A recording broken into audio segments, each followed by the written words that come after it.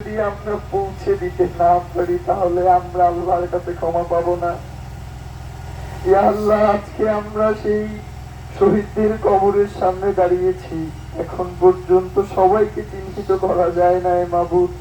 ইয়া আল্লাহ, আপনার কাছে খাস করে প্রার্থনা করি মাবুদ, এখানে যারা শায়িত আছেন আপনি প্রত্যেককে যাতে অন্তত তার সন্তান এসে তার বাবার কবরটা জিয়ারত করতে পারে।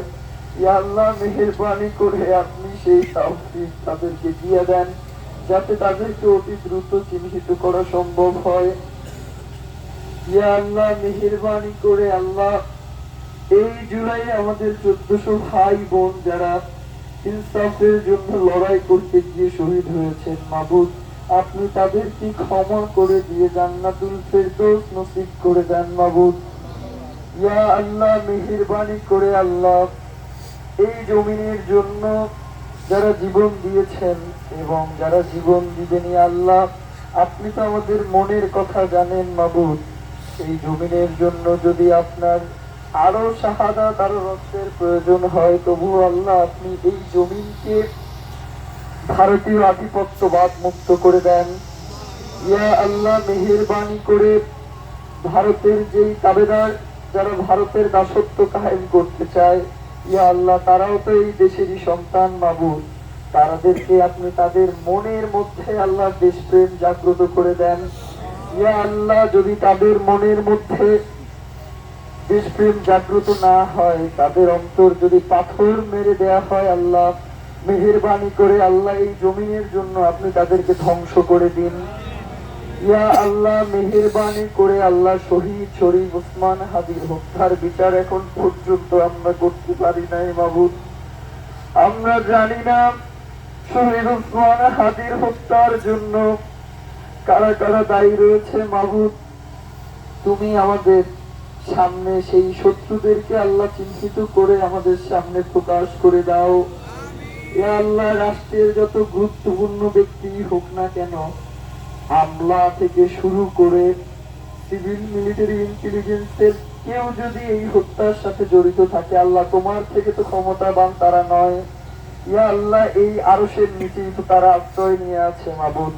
তুমি তাদেরকে এমন ভাবে লাঞ্ছিত, অপদস্থ, অপমানিত করো যাতে পৃথিবীতে কেউ কোনোদিন মজলুমের কণ্ঠস্বরকে বন্ধ করতে না আসে, ইনসাফের এই লড়াইকে যাতে তারা কোনোভাবেই বন্ধ করতে না পারে। যারাই আমাদের সামনে বাধা হয়ে আসবে মাবুদ, তুমি তাদেরকে ধ্বংস করে দাও।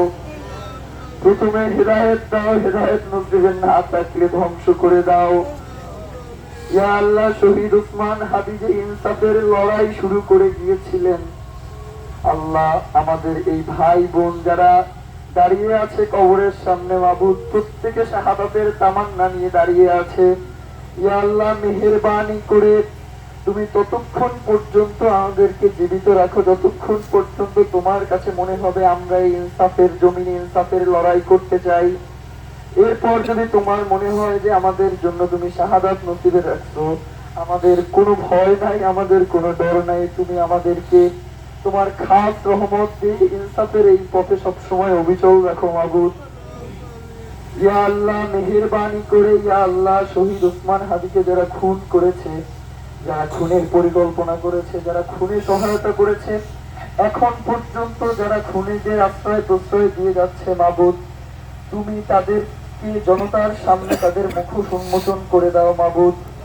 ইয়া আল্লাহ, মেহেরবানি করে এই খুনের যাতে বিচার আমরা করতে পারি, আল্লাহ সেই বিচারের জন্য তুমি আমাদেরকে তৈরি করে দাও মাবুদ। ইয়া আল্লাহ, মেহেরবানি করে আল্লাহ, এই যে ভারতের দাসত্ব, ভারতের তাবেদারি, ইয়া আল্লাহ শুধু ভারতই নয়, এই দেশ বাংলাদেশে তার আগ্রাসন চালাইতে চাইবে মাবুদ, তুমি তাদেরকে ধ্বংস করে দাও। আমাদের এই জমিনকে, ইসলামের এই জমিনকে, ইনসাফের এই জমিনকে, মানুষের এই জমিনকে তুমি মানুষের কাছে আল্লাহর পক্ষ থেকে তুমি মানুষের জন্য কবুল করে নাও, যাতে এই ইনসাফের জমিনে কখনোই দিল্লি কিংবা অন্য কোনো দেশ যাতে মাথা চারা দিয়ে উঠতে না পারে, সেই জন্য আমাদের প্রত্যেককে তুমি যোগ্যতম করে দাও মাবুদ। ইয়া আল্লাহ, মেহেরবানি করে শহীদ ওসমান হাদির এই শাহাদাতকে তুমি কবুল করে নাও, শহীদ ওসমান হাদির শাহাদাতকে তুমি কবুল করে নাও। ইয়া আল্লাহ মেহেরবানি করে ইনসাফের যে লড়াই শুরু হয়েছে, ইয়া আল্লাহ আমরা যাতে তার শেষ মঞ্জিল পর্যন্ত পৌঁছাইতে পারি, তুমি আমাদেরকে সেই তৌফিক দান করে দাও। ইয়া আল্লাহ বাংলাদেশের স্বাধীনতা সার্বভৌমত্ব রক্ষার জন্য আমাদের যতটুকু করবার আছে তুমি আমাদেরকে সেই তৌফিক দিয়ে দাও। ইয়া আল্লাহ মেহেরবানি করে ইয়া আল্লাহ বাংলাদেশে বসেও যারা বাংলাদেশকে বিদেশের কাছে বিক্রি করে দিতে চায়, যারা বাংলাদেশের স্বাধীনতা সার্বভৌমত্বকে বিনষ্ট করে দিতে চায়, তুমি তাদেরকে ধ্বংস করে দাও। ইয়া আল্লাহ তুমি আমাদের যোগ্যতা বাড়িয়ে দাও। ইয়া আল্লাহ তুমি আমাদের যোগ্যতা বাড়িয়ে দাও। তুমি আমাদেরকে সততা দান করো। ইয়া আল্লাহ ইনসাফের পথের একজন সৈনিক হিসেবে তুমি আমাদেরকে কবুল করে নাও। সুবহানা রাব্বিকা রাব্বিল ইজ্জাতি আম্মা ইয়াসিফুন ওয়া সালামুন আলাল মুরসালিন ওয়ালহামদুলিল্লাহি রাব্বিল আলামিন।